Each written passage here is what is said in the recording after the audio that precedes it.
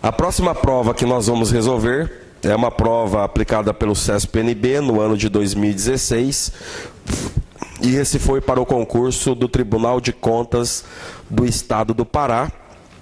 São também 40 questões, mas naquela modalidade certo ou errado. Vamos adiante então, começar essa resolução do ano de 2016. E ele começa a primeira questão, que eu dividi em 2 slides para não ficar pequeno. Simplesmente ele colocou uma figura 1, que é o diagrama de Case, e a figura de número 2, que é o diagrama de Nilbrum, que nós já vimos em resoluções passadas. Mas só para rapidamente repor esse assunto. A tríade de Case são formadas por 3 fatores, que é o micro-organismo, que é o hospedeiro, que é o dente, e a dieta. E quando nós temos a intersecção desses 3 fatores, é que nós teremos o aparecimento da doença cárie. Então, esses são os chamados fatores primários da doença cárie, tá? Eles que vão levar ao desenvolvimento ou não do processo carioso. Só que o diagrama de Case, ele foi postulado mais ou menos no início da década de 60. Aí um autor norte-americano, num passado mais recente, em 1988, chamado Nilbrum, ele verificou que existia uma falha na tríade de Case. Case esqueceu de dar um tempo a toda essa situação para que haja o desenvolvimento da doença cárie. Porque a doença cárie não começa da noite para o dia. A doença cárie é um conjunto de alterações negativas que vão acontecendo na cavidade oral e chega a um determinado período de tempo que o esmalte ele perde mais mineral do que ele ganha, e a partir desse momento nós teremos o desequilíbrio nesse processo de desremineralização, e quando se perde mais do que ganha, está em déficit e começa a desmineralizar o esmalte. Então Nilbrum, na década de 80, em 1988, adicionou o 4º fator, que é o chamado fator tempo. Então nós temos essas 2 teorias que são chamados fatores primários para o desenvolvimento da doença cárie. E em cima dessa figura, vamos ver aí o que ele vai pedir. A partir das figuras 1 e 2, que ilustram a relação de fatores para a formação da cárie, julgue os itens a seguir. É só verdadeiro ou falso. Questão de número 51, que foi a primeira de odontologia dessa prova. Considerando o padrão da lesão de cárie e a possibilidade de reversão do processo de desmineralização, o fator tempo incluído no diagrama de Nilbrum, que é a figura de número 2, busca a distinção de maneira clara entre os casos agudos e crônicos da doença. Ele está tentando justificar que no diagrama de Nilbrum, o 4º fator, que é o fator tempo, ele foi adicionado na tentativa de distinguir casos agudos e casos crônicos da doença. Não tem nada a ver. Ele não foi adicionado por esse motivo, para distinguir se é uma cárie rápida, que tem início rápido e desenvolvimento rápido, ou se é uma cárie de evolução lenta. Esse não é o fator na qual foi adicionado o 4º fator, que é o fator tempo. Ele não vai servir para distinguir. Na verdade, é um fator primário. Eu preciso de um tempo, mesmo para o desenvolvimento de uma cárie aguda, como de uma cárie crônica. Então não é um fator que vai distinguir se a cárie vai ter uma evolução lenta ou se vai ter uma evolução mais veloz. Então eu coloquei aqui, vocês vão ver que tudo que está com um xizinho vermelho é que a assertativa ela está errada, ok? E o que tiver com outro sinalzinho verde vai significar que a alternativa ela está correta. Então, só para complementar, eu estava com vontade de falar isso desde ontem. Nós temos que entender que ocorre uma dinâmica constante na cavidade oral de trocas iônicas. O que eu quero dizer com isso? Imagina que aqui você tem uma superfície dentária. aqui você tem o esmalte, aqui embaixo você tem a dentina, ou seja, você entendeu. E aqui nós temos a polpa. E aqui nós temos o meio bucal. E nós sabemos que o elemento dentário, ele está mergulhado aonde? Ele está mergulhado na saliva, né? E a saliva tem os seus componentes inorgânicos e orgânicos também, né? Tem cálcio, tem fósforo, tem componentes orgânicos que é a mucina, é a estetarina, que são proteínas salivares. Ou seja, nós temos componentes orgânicos e inorgânicos da saliva. Não pensem vocês que isso aqui ela permanece de forma estática mesmo com você em repouso. Ou seja, você está paradinho sem mastigar nada aí. Mas pode ter certeza que está tendo trocas iônicas entre o dente e a saliva nesse dado momento. Isso aqui não é um fato estático. Ou seja, nós perdemos cristais de hidroxiapatita. Nós perdemos cristais de hidroxiapatita por dissolução normal, né? Ocorre essa perda por dissolução normal. Aí que entra o tal da película adquirida, né? A película adquirida torna a estrutura dentária menos permeável. Então talvez ela diminua essa perda de cristais, de substâncias minerais da estrutura dentária em direção à saliva. Só que da mesma forma que nós estamos perdendo cristais de hidroxiapatita para a saliva, nós também... Então, essa primeira situação é uma situação de equilíbrio, tá? Da mesma forma que nós perdemos hidroxiapatita para o meio, na mesma intensidade, nós estamos ganhando cálcio e fósforo, né? Estamos ganhando cálcio e fósforo da saliva. Então, quando essa situação está em equilíbrio, você não vai ter nem desmineralização e nem remineralização. Porque o tanto que você está perdendo, você está ganhando de minerais do meio bucal. Então isso é numa situação de equilíbrio. Aqui você não vai ter desmineralização. E essas trocas acontecem toda hora, todo dia. Perde hidroxiapatita, ganha cálcio e fósforo. Aí caiu numa questão que não foi do CESP-UNB. Quais são os elementos químicos que formam os cristais de hidroxiapatita? Ele só perguntou isso, não foi do CESP-UNB. Quais são os elementos químicos que compõem os cristais de hidroxiapatita? Cálcio e fósforo. Cálcio e fósforo são os elementos químicos que compõem a hidroxiapatita. Cálcio e fósforo. Então, o que é a hidroxiapatita? É quando o cálcio e fósforo estão organizados na forma de um cristal.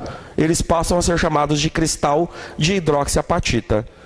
Então você está perdendo cálcio e fósforo e está ganhando cálcio e fósforo, tá? Só que hidroxiapatita é cálcio e fósforo organizado na forma de cristal. Só essa é a diferença.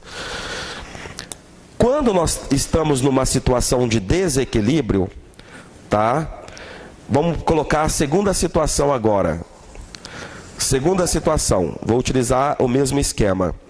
Vamos imaginar que o paciente tem uma dieta muito cariogênica, muito rica em açúcares, então constantemente ele está jogando o pH da cavidade oral abaixo do pH crítico. Aí o que acontece? Começa a ocorrer um desequilíbrio. Ele perde mais hidroxiapatita do que ganha cálcio e fósforo do meio. Então aqui ele está perdendo mais do que ele está ganhando. E a partir desse momento é que nós temos os fenômenos da desmineralização.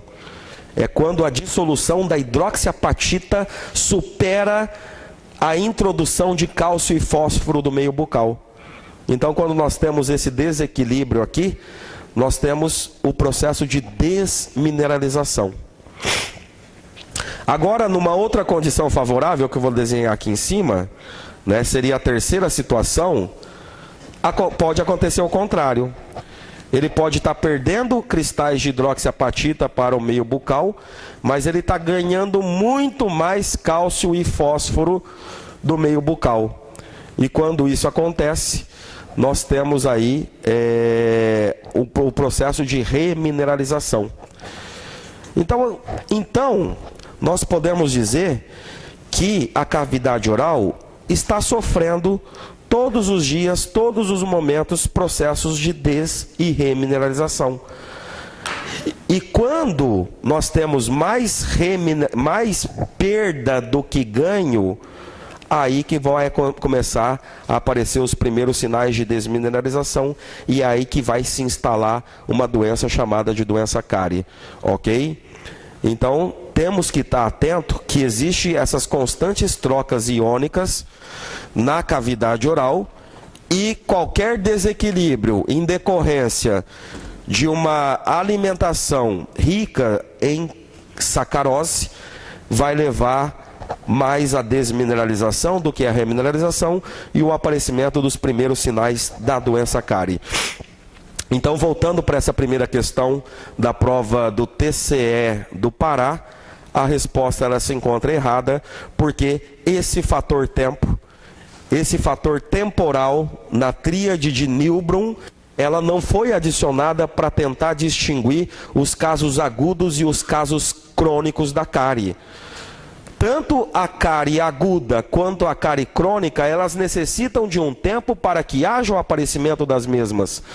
Agora, se vai ter uma evolução rápida ou uma evolução mais crônica, aí já é outros fatores que acabam pesando para que haja um desenvolvimento mais rápido ou mais lento.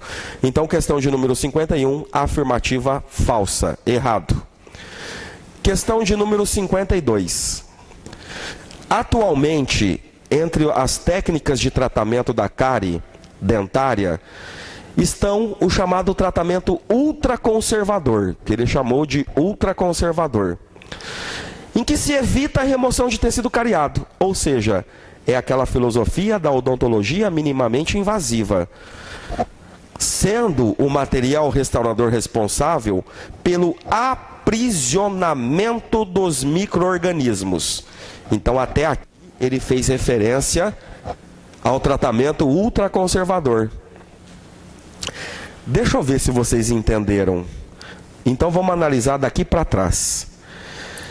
Sendo o material restaurador o responsável pelo aprisionamento dos micro-organismos.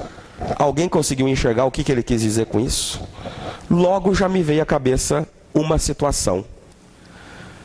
Logo me veio à cabeça, por exemplo, a possibilidade de selamento de cárie incipiente. Vê se vocês conseguiram enxergar. Sendo o material restaurador responsável pelo aprisionamento dos micro-organismos. Logo me veio. Não, eu já li, já me veio aquela possibilidade de fazer o selamento de cárie incipiente. E segundo a Academia Norte-Americana de Odontopediatria, eu posso fazer selamento de cárie incipiente, sim. É permitido. Porque a partir do momento que você faz o selamento de cárie incipiente, o que acontece? Você interrompe o circuito metabólico, né? Você interrompe. Então imagina que você tem uma cicatrícula e fissura aqui e micro-organismos aqui embaixo. Se você sela aqui, o que acontece? Você interrompe a chegada de alimentos ali embaixo e essas bactérias se tornam inviáveis e o processo carioso paralisa. Isso já é sabido, isso já é aceito. Inclusive na técnica de selante, a Academia Norte-Americana de Odontopediatria, ela fala, posso fazer selamento de cárie incipiente. Onde ainda não existe a chegada em dentina, ainda onde não existe cavitação, eu posso fazer esse aprisionamento dos micro-organismos e ele deixou subentendido nas entrelinhas que vai ocorrer o quê? A paralisação do processo, o estacionamento do processo. Ah, professor, não consegui imaginar isso. Eu consegui, por toda a teoria que eu trago anteriormente, eu consegui entrar na mente de quem formulou essa questão. Ele poderia com certeza ter deixado mais claro, mas foi a forma que ele resolveu escrever. Aí vamos adiante. E o tratamento restaurador atraumático, aí é uma outra coisa que ele pôs na mesma questão. Aí ele vai descrever o ART. O ART é em inglês, né? Atraumático e Restorative Treatment. Se for em português é TRA. Tratamento restaurador atraumático. Em que se faz a remoção de tecido cariado sem a necessidade da aplicação da anestesia ou do uso de brocas como motor de alta rotação. A descrição do ART está certo? O tratamento restaurador traumático é aquele tratamento que se faz a remoção de tecido cariado sem a necessidade da aplicação de anestesia ou uso de brocas de motor de alta rotação. Certo ou errado? Certíssimo. Tratamento restaurador traumático, não utilizamos rotatórios, não utilizamos anestesia. Você faz a escariação utilizando apenas instrumentos manuais e você restaura de uma forma definitiva a cavidade utilizando um material restaurador chamado de cimento de ionômero de vidro de alta viscosidade, que foi formulado justamente para ser utilizado especificamente nessa técnica do tratamento restaurador atraumático. Então ele fez duas citações nessa questão de número 52. A do ART, a gente já viu que está certo. É a remoção de tecido cariado, sem a necessidade de aplicação de anestesia, sem uso de brocas de motor de alta rotação. E nunca se esqueça, tratamento restaurador traumático é considerado um tratamento restaurador definitivo. Não é provisório, não é temporário. Aí você deve estar pensando, mas nossa, professor, eu vou utilizar o cimento de ionômero de vidro que tem propriedades mecânicas diminuídas, que tem solubilidade no meio bucal, que não resiste tanto à tração, à compressão e à abrasão. Mas é aquilo. Tratamento restaurador traumático, ele foi formulado para ser utilizado em populações sem acessibilidade aos serviços tradicionais da odontologia. Tratamento restaurador traumático, ele foi formulado e pensado para aquelas populações que não têm acessibilidade aos serviços tradicionais, onde é melhor você fazer isso e tentar aumentar o tempo de vida útil e permanência do dente na cavidade oral do que não fazer nada. Porque eu passo numa comunidade ribeirinha ou numa comunidade afastada que não tem nem energia elétrica, não vai ter nenhum dentista lá para fazer o serviço tradicional, não tem nenhuma UBS com dentista, vou lá, faço o tratamento restaurador traumático, simplesmente, né, para tentar aumentar o tempo de vida útil, melhorar a qualidade de vida do paciente, né, e talvez tentar paralisar todo esse processo. Porque tratamento restaurador traumático não é uma coisa bruta.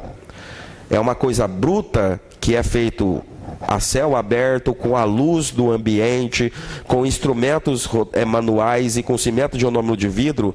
Mas o tratamento restaurador traumático, assim como todos os tratamentos odontológicos segundo o Código de Ética e Odontologia, tem que ser acompanhados de orientação do paciente. Você orientar o paciente por que a cavidade oral dele está doente. Ou seja, é um emprego da educação em saúde. Isso nós temos que fazer, né? Fazer o tratamento no paciente assistencialista, o tratamento restaurador, o tratamento curativo, mas nunca podemos nos esquecer da saúde preventiva, de dar prevenção, de dar educação em saúde. Ok? Diga.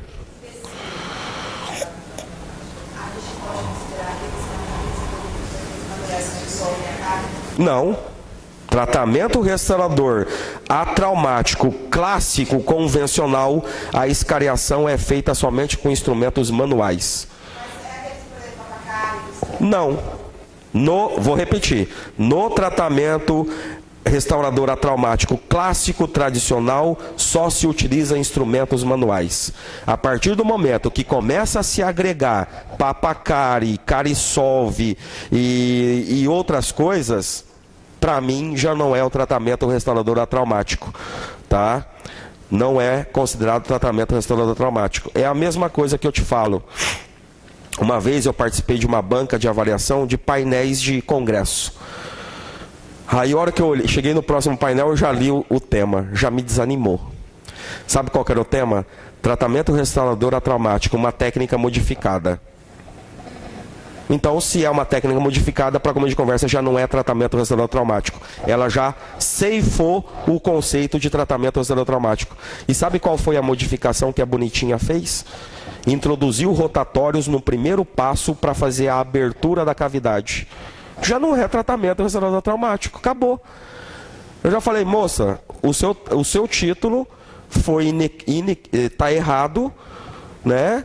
Porque você modifica. Ah, mas professor, eu quis fazer uma modificação na técnica, então Bonitinha. Isso já não é mais tratamento restaurador traumático. Tchau, zero. É claro que eu não fiz isso, né? Mas deu vontade. Mano, olha o que a Bonitinha ela fez. Ela comparou essa técnica modificada com a técnica tradicional em 2 grupos de pacientes. E sabe o que ela estava procurando? Qual dos dois tinha uma longevidade maior? Qual dos dois você acha? Aquele que utilizou o rotatório para abertura. Eu falei, você perdeu tempo com isso aí?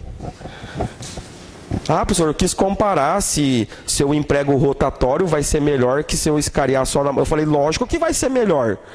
Você vai remover os prismas de esmalte, você vai fazer uma abertura mais adequada, né? Então não tinha nem que você ficar comparando isso aí com isso aí. Você perdeu tempo clínico. Isso aí não tem, essa tua pesquisa não tem nenhuma validade para o meio científico.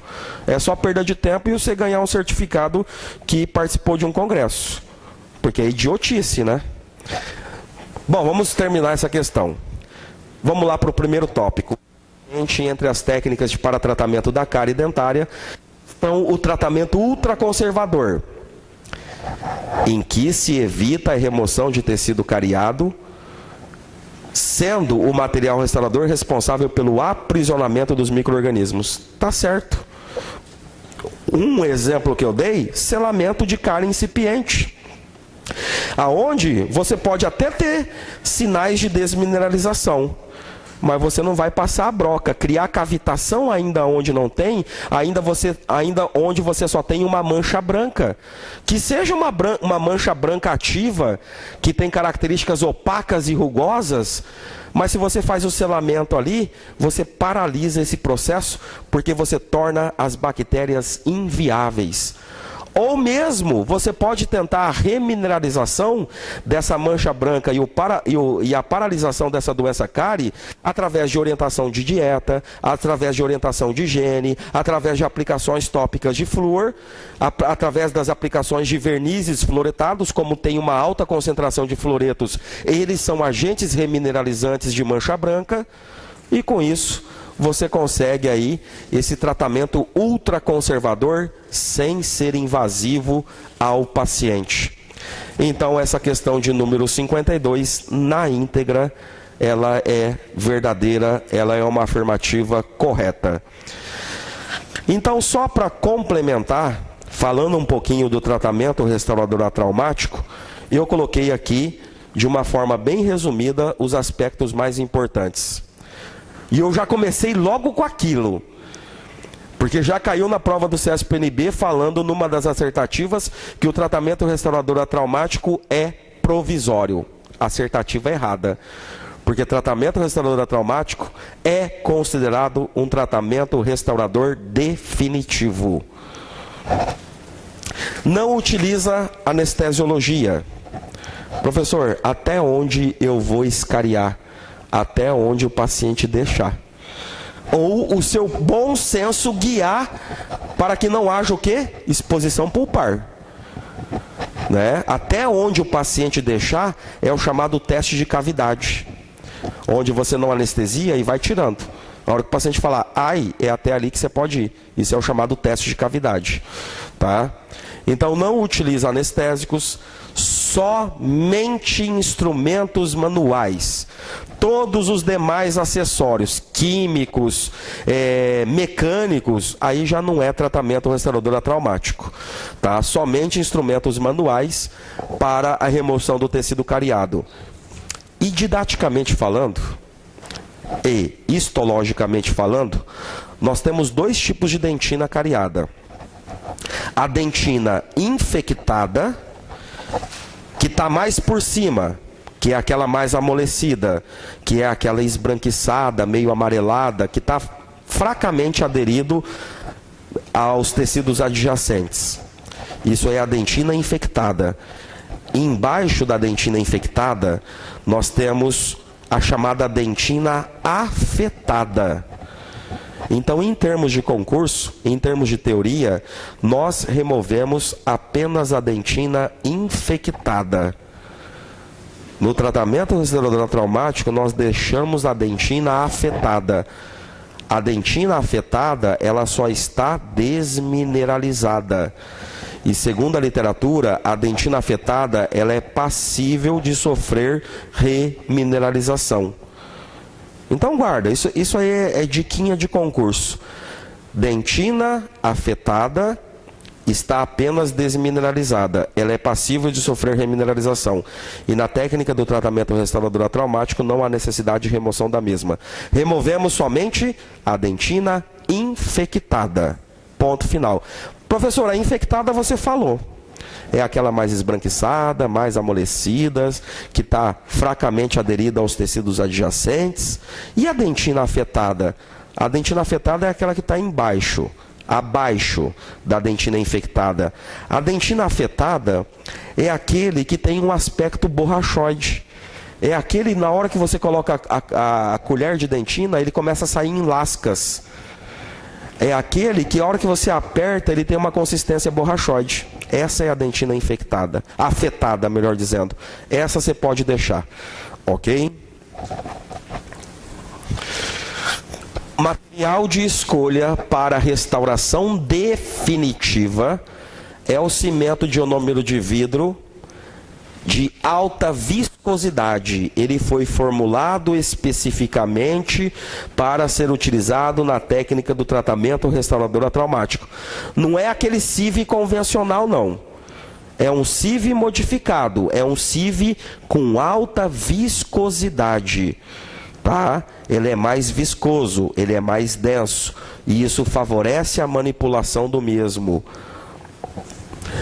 O tratamento restaurador traumático, eventualmente, ele também pode ser utilizado em alguns pacientes especiais, tá? Pacientes especiais, pacientes terminais, pacientes que não podem ser submetidos em hipótese alguma a uma situação de estresse, né? Porque pacientes que têm pânico ao dentista por causa do barulho dos rotatórios.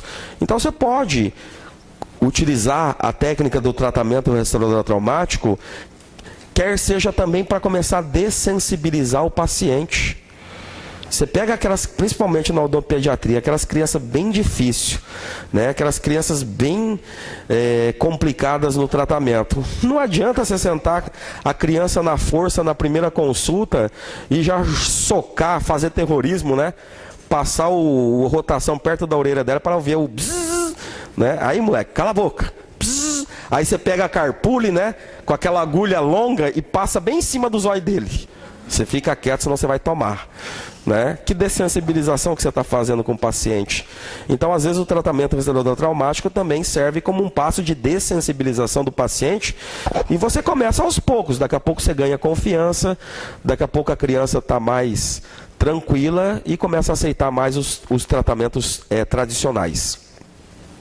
E para terminar, não confunda tratamento restaurador traumático com adequação do meio bucal. São coisas diferentes, são coisas distintas.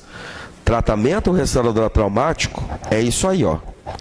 Pego lesões cavitadas, faço a escariação da dentina infectada e selo e restauro definitivamente aquele elemento dentário, dou educação em saúde e tchau, tchau, fui. Isso é o tratamento restaurador atraumático. Agora, o que é a adequação do meio bucal?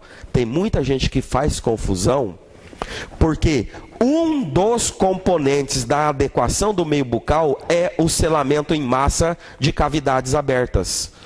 Só que a adequação do meio bucal, ela não é restringe só ao selamento em massa de cavidades abertas.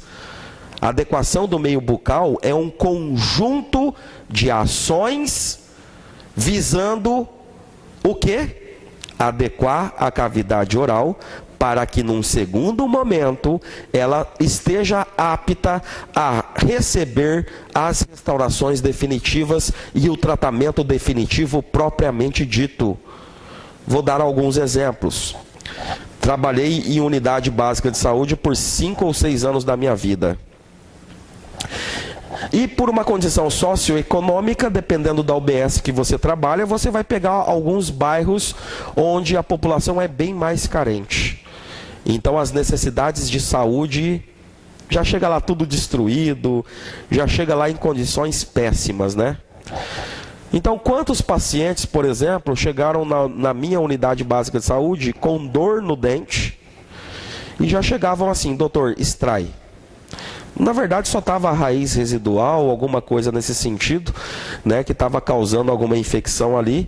E quantas vezes ele chegou: doutor, eu quero extrair esse dente porque de vez em quando ele dói, ele para de doer, depois ele volta a doer e eu quero extrair esse dente, né? Quantas vezes? Mas eu falei: mas seu Zé, eu não posso agora, nesse momento, na situação que a sua cavidade oral se encontra, deixar uma ferida aberta, porque vai ser batata, vai infeccionar por causa desses tártaros, dessa péssima higienização que o senhor tem, né? E outros fatores, essas panelas que estão acumulando o seu almoço, aquele outro que acumula a sua janta. É claro que eu não falava isso, né? Mas subentendia. Então o que eu tinha que fazer primeiro? Eu tinha que fazer uma adequação do meio bucal para que aquela cavidade esteja apta a receber no segundo momento uma ferida cirúrgica e não sofra nenhum tipo de infecção. Então a adequação do meio bucal, só dei um exemplo, mas é um conjunto de manobras de profilaxia, de limpeza, de educação em saúde, né, de orientações de higienização, de alimentação, remover raízes residuais, fazer o selamento de massas de cavidades abertas para reduzir os sítios de retenção de placa e de micro-organismos. Trouxe a cavidade numa situação de adequação, aí o próximo passo eu venho propondo os tratamentos restauradores definitivos num segundo momento, né? Porque do que adianta? E quantas pessoas também chegaram na unidade básica de saúde com um monte de placa de tártaro, só que ela estava preocupada com o quê? Trocar a massinha prateada pela massinha da cor do dente. Jamais que eu troquei isso dentro de unidade básica de saúde. Pode ser queixa principal, né? Mas eu falei: dona Maria, tudo bem, eu vou trocar. Mas vamos primeiro fazer uma série de modificações na sua alimentação, no seu grau de higienização, porque a resina composta é extremamente sensível à falta de higienização, né? É um material que não tem tanta robustez como tem esse amálgama de prata. Então vamos extrair essas raízes residuais primeiro, vamos fazer uma limpeza, uma tartarectomia, a senhora vai começar a escovar melhor a cavidade oral, vamos fazer aplicações tópicas de flúor, né? Vamos reduzir a contagem microbiana. Aí depois, se a senhora fizer tudo o que eu estou te pedindo, aí eu faço questão de trocar. Então quando era interesse do paciente, ele fazia, né? Eu falei: eu não vou trocar enquanto não tiver essa condição. Porque eu sei, mas eu explicava muito bem explicado, não simplesmente para ela sair lá de uma unidade básica de saúde com o conceito: o dentista não quer trabalhar. Porque nós sabemos hoje que dentro das resoluções do Sistema Único de Saúde, a atenção básica, a atenção primária tem que dar caráter resolutivo aos atendimentos. Isso é princípio do Sistema Único de Saúde hoje. Trabalha dentro do SUS, tem que resolver o problema do paciente. Tem que dar atenção à queixa principal. Isso é escuta qualificada. Não adianta o paciente chegar, ele quer uma coisa e você desvirtua, ele vai sair de lá insatisfeito. Mesmo no consultório privado, né? O paciente está tudo ferrado lá atrás, mas ele quer o 11 brilhando. Aí você fala: não vou fazer, vou fazer lá atrás. Ele sai de lá e vai procurar o vizinho do lado. Ele quer a queixa principal, né? Mas é claro que a gente tem que, na medida do possível, utilizando o nosso bom senso, fazer ou não fazer também. Não é tudo que o paciente me pede que eu vou fazer. Se é um conceito que contraria tudo que eu penso da odontologia é a mesma coisa. Eu, durante os meus 6 anos de trabalho no sistema público, eu nunca fiz uma exodontia sem radiografia. Pode me chamar de cuzão, de cagão, de medroso, do que for. Mas meu conceito não permite. Pode estar com doença periodontal grau 3 de mobilidade, que só está balangando para lá e para cá, mas eu não faço. Pode me chamar do que for. Numa dessas eu escapei de uma metástase. Numa dessas eu mandei a radiografia, mandaram de volta, o laudo veio possível carcinoma basocelular. A raiz do segundo molar estava mergulhado dentro de um carcinoma basocelular. Se eu extraio, eu causo metástase. Daqui 5 anos, talvez, esse paciente volta com um câncer no pulmão, um câncer no cérebro, um câncer no osso. Mas de onde que veio esse trem? Né? Então, cada um é cada um. Né? Talvez essa minha chatice preservou a vida e uma metástase que seja de uma pessoa. Não causei mal a essa pessoa. Então são conceitos e formas de atendimento que você vai criando dentro do seu protocolo de você aceitar algumas coisas ou não dentro da odontologia. E a odontologia é aquilo que eu falo, é uma profissão de risco. Quanto mais conhecimento o dentista tem, mais cagão ele é. Às vezes é melhor não saber. É a mesma coisa. Vai ler bula de remédio. Eu não leio. Porque se eu ler, eu não tomo e nem dou para minhas filhas. Esse medicamento pode causar isso, isso, isso. Eu já vou murchando. Falo, nossa, choque anafilático, urticária, vasodilatação, pau, queda da pressão. Eu falo, não, eu já começo a passar mal só de ler. Então eu já nem leio tanto mais a bula naqueles efeitos adversos lá, porque se você ler, você desanima, né? Bom, então vamos adiante.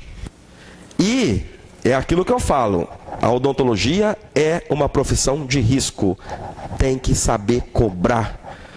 Tem que saber cobrar. A gente tem que mudar esse conceito dentro da odontologia, da prostituição da odontologia, né? Onde o seu vizinho cobra 50, você cobra 30.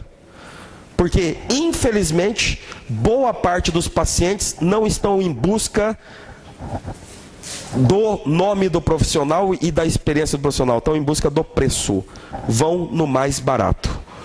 Talvez esse barato saia caro depois, às vezes sim, às vezes não, né? Mas a gente tem que modificar um pouco aí o conceito da odontologia, e a odontologia no sistema privado nos últimos 25 anos está ficando cada dia mais difícil. Eu tenho pena de quem está começando na odontologia hoje, em 2017. Porque quando eu comecei em 2000 já estava difícil. Imagina agora com esse 240 mil dentistas espalhados pelo país. Tem mais dentista que posto de gasolina, né? Bom, vamos lá, vamos adiante. Mas nós não podemos abaixar a cabeça, não. O cara que é bom, quer seja um bom estudioso, vai passar num bom concurso. O cara que é um bom clínico, ele vai se destacar no meio de muitos. E é aquilo que eu sempre falo, fazer o que gosta. Não faça o que está na moda. Porque se você não tem mão, você não vai ter sucesso. Ah, eu sou mestre em odontologia restauradora, pela USP de Ribeirão. Mas não tenho mão, não adianta. Não adianta. Não tenho mão. Não tenho paciência, não tenho mão de ficar ajustando provisório, de ficar provando, não tenho. Então não vou fazer. Não tenho paciência de ficar colocando cunha, de ficar vendo cor de resina, então nunca vou dar certo para isso aí. Agora bota eu para estudar, bota eu para ler uma questão de prova, bota eu para fazer alguma coisa de concurso. Passo a noite, passo o dia estudando, sem problema algum. Fazer o que gosta. Vamos lá, questão de número 53. A formação da doença cárie ocorre inicialmente pela ação isolada de micro-organismos que desmineralizam o esmalte dentário, ocorrendo posteriormente intensificação da lesão pela atuação simultânea dos demais fatores indicados nessa figura. Certo ou errado?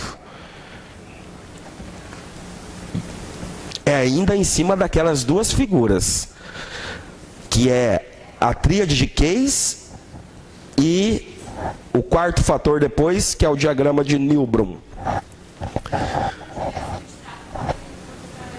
Gente, ele está totalmente na contramão. A doença cárie, pela tríade de Kay, são 3 fatores. Não é a ação isolada do micro-organismo. O que seria do micro-organismo sem o dente? Como que ele vai causar cárie? O que seria o micro-organismo sem o açúcar? Ele vai viver do quê? Ele vai metabolizar o quê? E com isso ele não vai liberar ácido lático para a cavidade oral. Então é só prestar atenção. Aí ele está falando que os demais fatores entram num segundo momento, né? Entram num segundo momento para intensificar a lesão de cárie. Então, sem maiores discussões, conseguimos achar o erro. Não é só o micro-organismo de forma isolada que vai causar a doença cárie.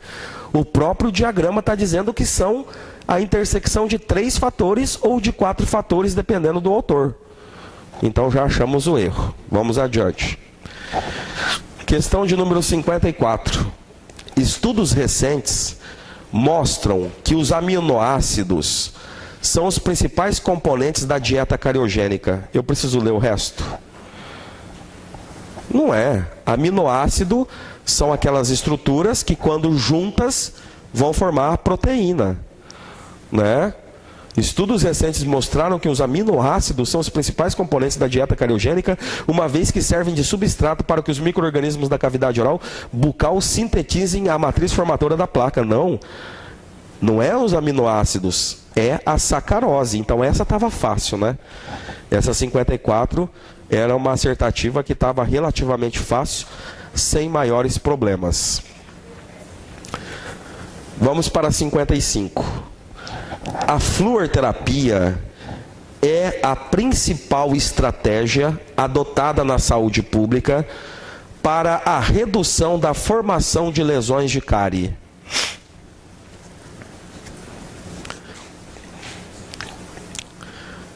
A fluorterapia é a principal estratégia adotada dentro da saúde pública para a redução da formação de lesões de cárie. O que vocês acham? Certo ou errado? Não tem meio termo, meio certo, meio errado. Está certo ou errado? Pensa em termos de Brasil, pensa em termos de política de saúde bucal, pensa nos fatores que vêm levando ao decréscimo da doença cárie no mundo e principalmente no Brasil nas últimas 3 décadas, né?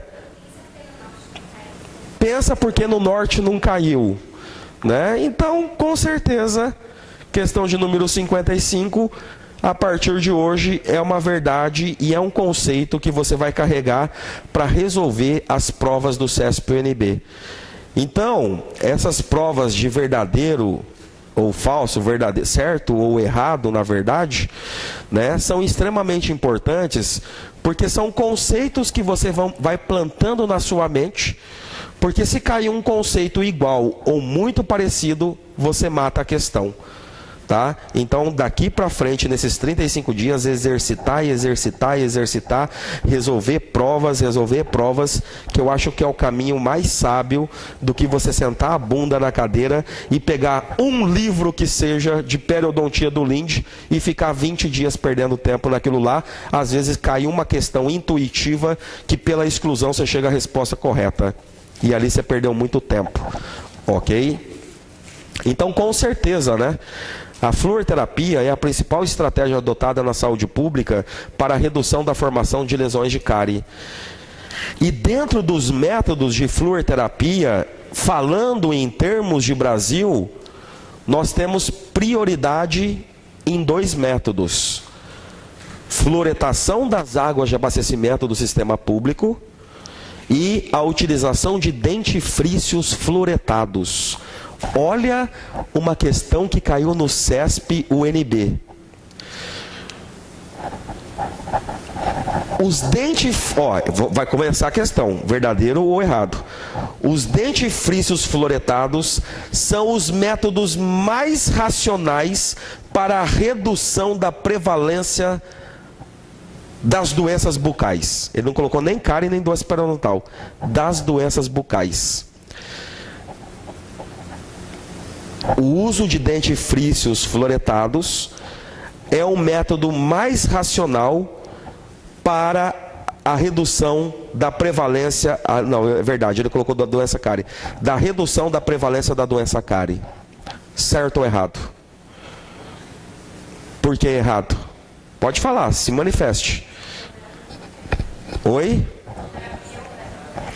Sim, eu concordo que a fluoretação das águas de abastecimento é o carro-chefe. Tá? Ele disse o seguinte: o uso de dentifrícios fluoretados parece ser o método mais racional para reduzir a prevalência da doença cárie. Tá certo? Porque dentifrício, você desorganiza a placa. Eis o X da questão. Essa é uma assertativa verdadeira. É o método mais racional que existe.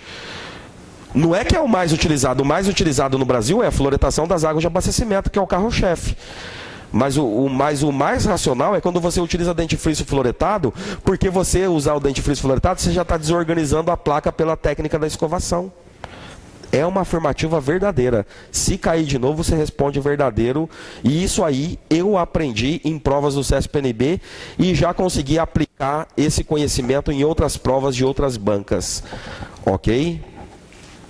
Então, quando nós falamos em fluoroterapia, em termos de saúde pública, em termos de métodos coletivos, basicamente é a fluoretação das águas de abastecimento e o uso de dentifrícios fluoretados. Nós já vimos em resoluções passadas que, em termos de Brasil, não foi viável a fluoretação do sal de cozinha, a fluoretação do açúcar, a fluoretação do leite, né? Então, basicamente, no Brasil, o carro-chefe, e inclusive isso consta na Política Nacional de Saúde Bucal, que é o Brasil Sorridente de 2004. Está lá. Vamos ampliar a fluoretação das águas de abastecimento do sistema público desse país. Porque no SB Brasil 2003 foi encontrado que por volta de apenas 40 a 45% da população brasileira tinha acesso à fluoretação das águas de abastecimento. 55 a 60% em 2003 ainda não tinha acesso à água fluoretada nesse país. Então, um dos carros-chefes da Política Nacional de Saúde Bucal foi justamente cobrar e ampliar, e deu certo. De 2004, quando a política cobrou isso do poder público, até o ano de 2000, aproximadamente 900 municípios brasileiros tiveram o início da fluoretação das águas de abastecimento. O poder público incentivou, o poder público cobrou de vários municípios a implantação da fluoretação das águas de abastecimento. E em 6 anos, de 2004 até 2010, isso foi detectado no SB Brasil 2010. Em 2010, 900 municípios tiveram o início da fluoretação das águas de abastecimento por cobrança do poder público, por incentivo do poder público e assim por diante. Então tá certa. E nunca se esqueça, né? Falando em prevalência da doença cárie, só para você ter uma ideia do poder do flúor. Em 1986, o CPOD da população brasileira era 6,7. É considerado alta prevalência. Acima de 6,6 é alta prevalência para a doença cárie. 6,7. Na década de 90, isso caiu para 4,6, depois em 2003 caiu para 2,78 e em 2010 caiu para 2,07. Ou seja, nos últimos 30 anos, está ocorrendo um declínio considerável da doença cárie no Brasil. Saiu de um CPOD de 6,7 hoje para 2,07. Reduziu em 2/3 a prevalência da doença cárie na população brasileira nos últimos 30 anos. E quais são os fatores que vêm justificar isso, segundo o Vitor Pinto? Vários fatores. Primeiro, o advento da fluoroterapia dentro da odontologia. O flúor dentro da odontologia, é considerado uma das 100 maiores descobertas da saúde pública, uma das 10 maiores descobertas de saúde pública nos últimos 100 anos. O flúor, depois que foi introduzido na fluoretação das águas de abastecimento, no início da década de 90, nos dentifrícios fluoretados, são fatores que vêm contribuindo para a redução da prevalência da doença cárie, sim. Quais são outros fatores? Mais educação em saúde, mais acessibilidade aos serviços tradicionais da odontologia, né? O advento da fluoroterapia, dos dentifrícios fluoretados. Então, vários são os fatores. O maior desenvolvimento socioeconômico da sociedade. Da década de 90 para cá, a população brasileira melhorou a sua qualidade de vida, né, através do Plano Real, né. Isso eu vi uma reportagem há mais ou menos uns 6 anos atrás, que a população da classe C e D estava comprando enxaguatório bucal lá no mercado. Sobrava dinheiro e ele comprava. Quando que ele tinha acesso a comprar um enxaguatório de R$10 para pôr no seu carrinho do supermercado? Então houve uma melhora significativa das condições socioeconômicas da população brasileira, que favoreceu a possibilidade dessa população estratificada nas classes sociais mais abaixo dar início ao consumo de tudo isso. Ok?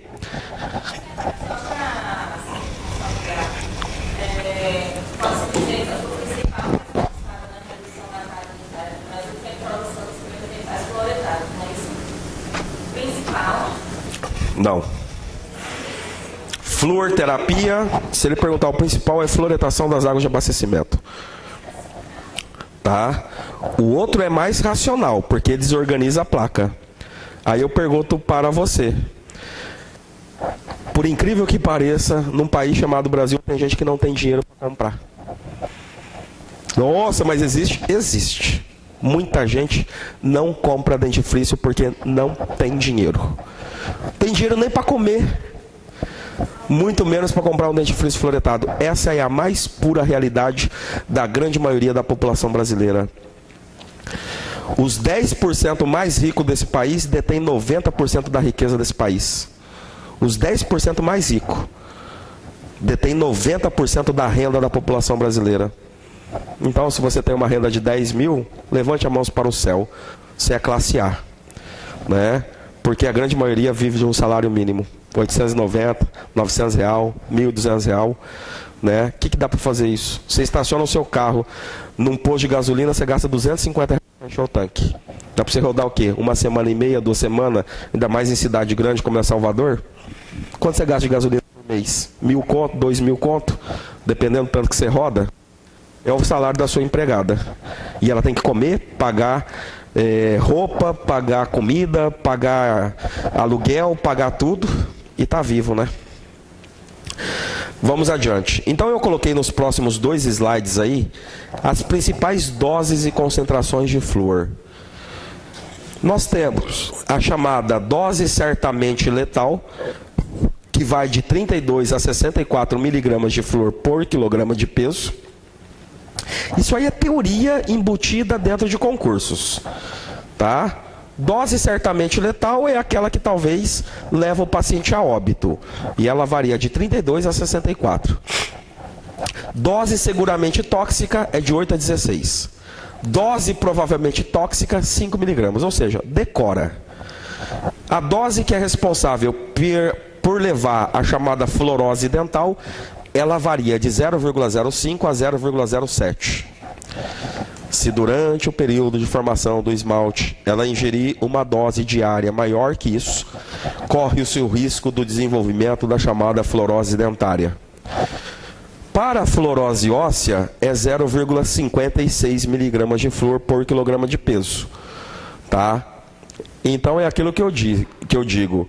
Se um paciente chega no seu consultório com diagnóstico de fluorose óssea, pode ter certeza que o bichinho tem fluorose dentária. Porque a dose é 8 vezes maior, né? Para dar fluorose óssea. Aí nós temos aqueles colutórios bucais que são utilizados para bochechos. Se for para a indicação de bochecho diário, nós temos o fluoreto de sódio na concentração de 0,05%. Se for para bochecho semanal ou quinzenal, nós indicamos o fluoreto de sódio na concentração de 0,2%. Tem mais algumas doses aí, alguns valores.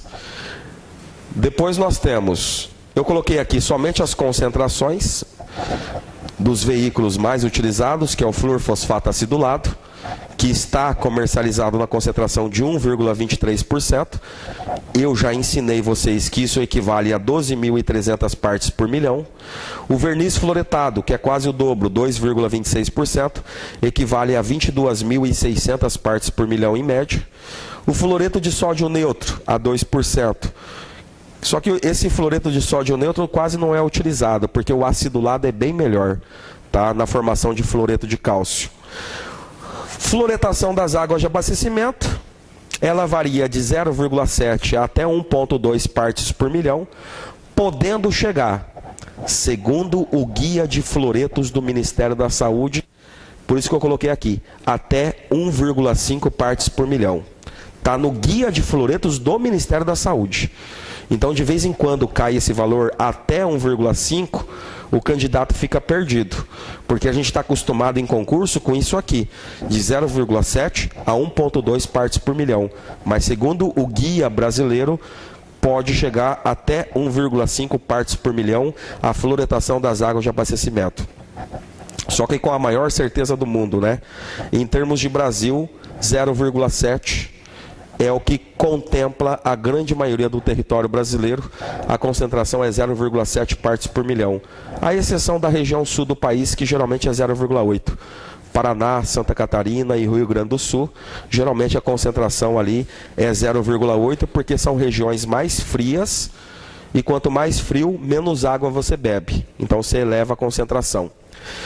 E os dentifrícios comercializados no Brasil, segundo portaria do Ministério da Saúde, tem que ter a concentração de 1.000 a 1.100 partes por milhão, até no máximo 1.500 partes por milhão.